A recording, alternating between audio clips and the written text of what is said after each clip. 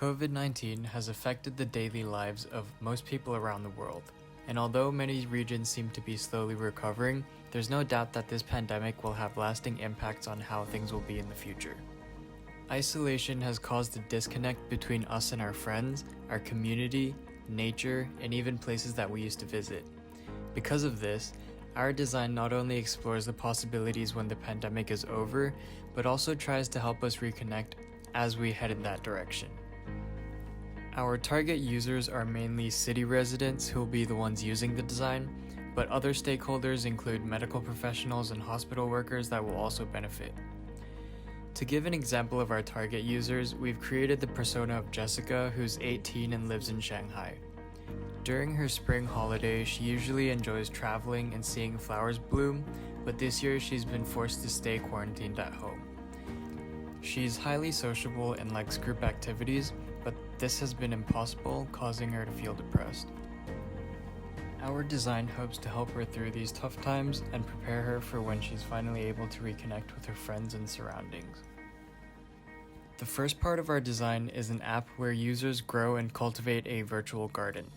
Aside from having your own garden, you can also visit your friends to help them out. Daily messages can be left in the garden so that friends visiting you see your message or feelings that day. Every day, users get 3 chances to plant things. Each flower planted, whether it's in your own garden or someone else's, earns you credit points. Once enough credit points are collected, they can be used to redeem real seeds, flower pots, and other gardening tools that will be delivered. Users can take the time during this pandemic to grow their plants and flowers from seeds. Eventually, once the pandemic is over, the plants can be brought to designated public spaces to build a co-created garden. Locations for these public gardens can be found through the app, and this is a chance for family and friends to finally reunite.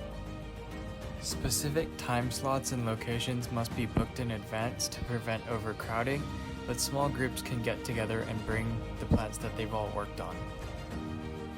The public gardens are located outside hospitals, and users will be able to plant their flowers in these gardens to show appreciation for healthcare workers who've sacrificed so much during this time.